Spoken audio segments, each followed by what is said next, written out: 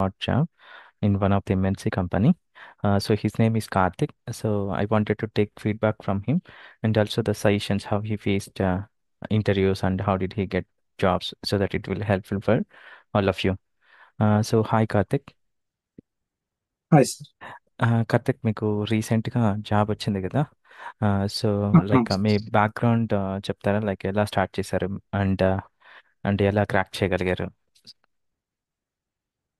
Sure sir. మ్మ్. నేను నా degree అయిపోయింది 2021 పాస్డ్ అవుట్, అండ్ నా ఎంసీఏ కూడా నేను చేశాను 2023 పాస్డ్ అవుట్. నేను ఫ్రెషర్గా ట్రై చేసినప్పుడు నాకు ఏం ఆపర్చునిటీ రాలేదు.